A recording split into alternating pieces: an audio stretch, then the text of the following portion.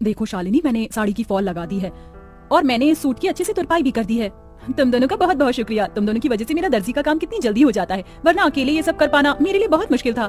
बातें बाद में कर लेना, ये लो जल्दी से नींबू पानी पी लो। बाजार में तो नींबू के भाव चांदी के भाव जितने चल रहे हैं, तो तुमने ये नींबू पानी कैसे बनाया? वो पड़ोस वाली काकी है ना, उनकी नौकरानी आज नहीं आई थी, तो मैंने उनके घर के थोड़े बहुत काम कर दिए थे, इसलिए उन्होंने पैसों के बदले मुझे ये नींबू दे दिए। ये भगवान भी कैसे कैसे दिन दिखाता है। हम गरीबों को गर्मी के मौसम में नींबू पानी पीने के लिए भी हमें कितनी मेहनत करनी पड़ती है। अदिति की बात सुन बाकी बहुएं उदास हो जाती हैं। शालिनी इन सभी बहुओं में से सबसे बड़ी बहू थी जो दर्जी का काम करती थी। वहीं बाकी घर संभालने के साथ साथ शालिनी के दर्जी के काम में मदद भी किया करती थी। इन पांचों के पति सड़कों पर झाड़ू और मजदूरी करने का काम करते थे, जिससे यह मुश्किल से 2 वक्त की रोटी ही खा पाते थे। अरे वाह शीला, तुमने तो अपने घर का हुलिया ही बदल दिया। कितना सुंदर लग रहा है तुम्हारा घर। वो तो अच्छा लगेगा ही ना, पूरे 1 लाख रुपए जो लगाए हैं घर के रेनोवेशन और पेंट में। वैसे मेरे ख्याल से तुम पांचों को भी अपनी ये बाबा आदम के जमाने की गुफा को रेनोवेट करवाना चाहिए। न जाने इतनी गर्मी में तुम लोग इस गुफा जैसे घर में कैसे रहते हो। खिड़की दरवाजे तो ऐसे हैं कि अगर किसी का हाथ लग गया तो वहीं टूटकर गिर जाएंगे।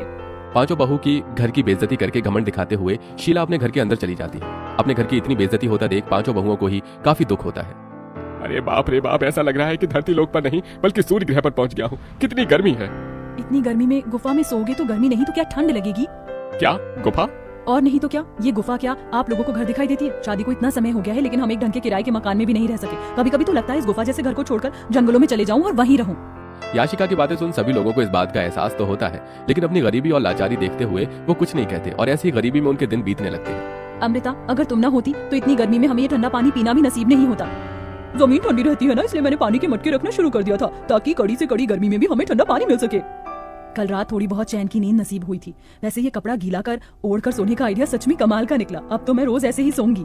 पांचों बहुएं हमेशा अपने ऐसे छोटे मोटे जुगाड़ से गर्मी से थोड़ा बहुत बैक लिया करती थी। शालिनी देखो ना, मेरी साड़ी फिर से फट गई, इसे सिल दो। कितनी बार एक ही साड़ी को बार बार सिलकर पहनेंगे? जब से शादी हुई है तब से लेकर आज तक एक भी साड़ी नहीं पहनी है, वही 2-3 साड़ियों को सिल सिल कर ही पहन रहे हैं। अदिति इतना बोल ही रही होती है कि तभी उन्हें बाहर से साड़ी वाले की आवाज आती है, जिसे सुन पांचों बहुएं जैसे ही बाहर आती हैं। अरे भाई साहब, ये नीली वाली साड़ी दिखाइए। अरे बहन जी, आप लोग वहाँ क्यों खड़ी हैं? देखिए मेरे पास एक से बढ़कर एक साड़ियाँ हैं, बनारसी, सूती, लखनवी, जरी वाली। बताइए कौन सी साड़ी दिखाऊं? अरे भाई साहब जी, आप किन से साड़ी लेने के लिए पूछ रहे हैं जो एक ही फटी हुई साड़ी को सिल सिल कर पहनती है? इनकी एक सूती की साड़ी लेने की तो औकात नहीं है, ये क्या ही महंगी साड़ियाँ लेंगे। अपनी पड़ोसन मोना और अलीशा को अपनी इतनी बेइज्जती करता देख पांचों बहू की आंखों में आंसू आ जाते हैं और वो सीधा घर के अंदर चली जाती है। पांचों बहुएं इस गर्मी और गरीबी से परेशान हो चुकी थी। पांचों बहुएं आंगन में बैठ एक दिन झाड़ू बर्तन कपड़े कर रही होती हैं कि तभी अचानक जोरों से हवाएं चलनी शुरू हो जाती हैं। लगता है बहुत जोरों से तूफान आने वाला है, चलो जल्दी घर के अंदर चलते हैं। पांचों बहुएं जैसे ही घर के अंदर जाने लगती हैं कि तभी तेज आंधी की वजह से उनके घर की छत उड़ जाती है और साथ ही साथ उनके घर की दीवारें भी टूटकर बिखर जाती हैं। हे भगवान, ये तूफान गाँव में नहीं बल्कि हमारी जिंदगी में आया। अब हम लोग कहाँ रहेंगे? अपने घर के टूट जाने की वजह से पांचों बहुएं बहुत रोती हैं। शाम होते ही इन सबके पति घर आते हैं और ये सब नजारा देख उन्हें भी काफी दुख होता है, जिसके बाद अब वो सभी सिर छुपाने के लिए जंगल की तरफ बढ़ते हैं और एक बड़े से पेड़ के नीचे बैठकर अपनी रात वहीं गुजार लेते हैं।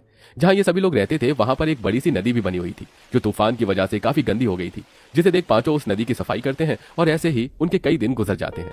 कभी कभी तो मन करता है इसी नदी के अंदर कूदकर जान दे दूं, कम से कम इन चीजों से छुटकारा तो मिलेगा। अमृता, ये तुम कैसी बातें कर रही हो? जिंदगी का तो नाम ही संघर्ष है, हम लोग ऐसे हार नहीं मान सकते। शालिनी की बात सुन नदी किनारे बैठी सभी बहुओं की आंखों में आंसू आते हैं। तभी उनके आंसू नदी के अंदर जा गिरते हैं। उनके आंसू जैसे ही नदी के अंदर जाते हैं तो नदी के अंदर एक सुनहरी रोशनी चमकती है और देखते ही देखते उनके सामने नदी की रानी बाहर आती है। कौन हो तुम? मेरा नाम नंदिनी है और मैं इस नदी की रानी हूँ। तुम पांचों ने मेरी नदी को साफ किया, यहाँ आसपास सफाई रखी और आज तुम लोग बैठकर ऐसे रो रहे हो। बताओ तुम लोग क्यों रो रहे हो? उस रानी की बात सुन सारी बहुएं उसे सारी बात बताती हैं, जिसे सुन वो रानी पांचों बहू को अपने साथ नदी के अंदर ले जाती है। उस नदी के अंदर की जमीन, मछली घर सब कुछ घास का बना हुआ था। ये सब देख पांचों बहुएं बहुत हैरान होती हैं। ये सब हकीकत है या कोई सपना? ये सपना नहीं, हकीकत है। ये घास जादुई घास है जिसकी मदद से तुम लोग कुछ भी बना सकते हो और वो चीज बिल्कुल असली चीज की तरह ही काम करेगी। तुम लोग चाहो तो यहाँ से ढेर सारी जादुई घास ले जा सकते हो। नदी की रानी, आपका बहुत बहुत। पांचों बहुएं उस जादुई नदी के अंदर से ढेर सारी जादुई घास लेकर आती हैं और सबसे पहले उन जादुई घास से अपना घर बनाने लगती हैं। क्या इस घास से हम लोगों का घर बन पाएगा? ये मामूली नहीं, जादुई घास है। नदी की रानी ने कहा था कि इस घास से बनी हुई सभी चीज असली चीजों की तरह ही काम करती है। क्या पता ये घास का घर भी हमारा असली घर हो। पांचों बहुएं कुछ घंटे के अंदर एक बहुत बड़ा सा घास का घर तैयार कर देती है, जिसमें वो पांचों अलग अलग कमरे भी बनाती हैं। साथ ही साथ वो बाथरूम और रसोई घर भी बनाती हैं, जिसमें घास का चूल्हा, घास के बर्तन और कमरों में घास का पलंग, कुर्सी। जादुई घास होने की वजह से सारी चीज असली चीजों की तरह बिल्कुल मजबूत हो चुकी थी। मुझे तो यकीन ही नहीं हो रहा कि हम लोग अपने घर के अंदर खड़े हैं, वो भी एक ऐसा घर जो असली घर से भी ज्यादा मजबूत और अच्छा हो। अब तो हम यहाँ आराम से रहेंगे। जादुई घास होने की वजह से हमारा ये घास का घर भी कितना ठंडा है। अब तो यहाँ हमें बिल्कुल भी गर्मी नहीं लगेगी। पांचों बहुएं अपने अपने पतियों के साथ आराम से घर में रहती हैं और ऐसे ही कुछ दिन गुजर जाते हैं। सच में अब तो हद हो गई है। मन कर रहा है ये बची कुची साड़ी ले जाकर फेंक दूं।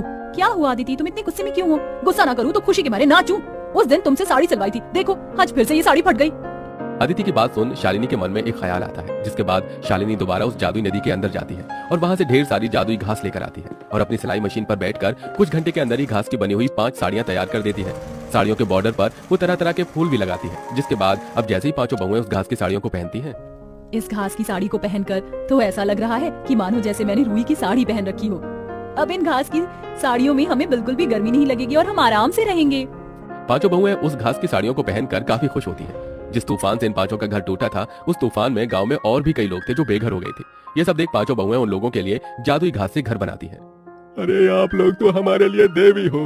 जो चीज सरकार और अमीर लोग न कर सके वो आपने कर दिया। आपका एहसान हम कैसे चुकाएंगे।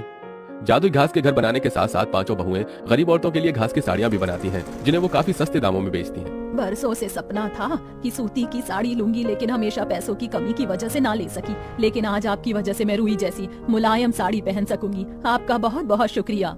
जरूरतमंदों की मदद कर पांचों बहू काफी खुश थीं। वो घास की साड़ी बेचकर थोड़े बहुत पैसे भी कमा लिए थे, जिनको अब वो बुटीक में लगाती हैं और बुटीक खोलती हैं। घास की तरह तरह की ड्रेस बनाकर बेचती हैं और अब उन सब के पति अपना खुद का काम शुरू कर देते हैं, जिससे अब धीरे धीरे उनकी जिंदगी सही राह पर आने लगती है।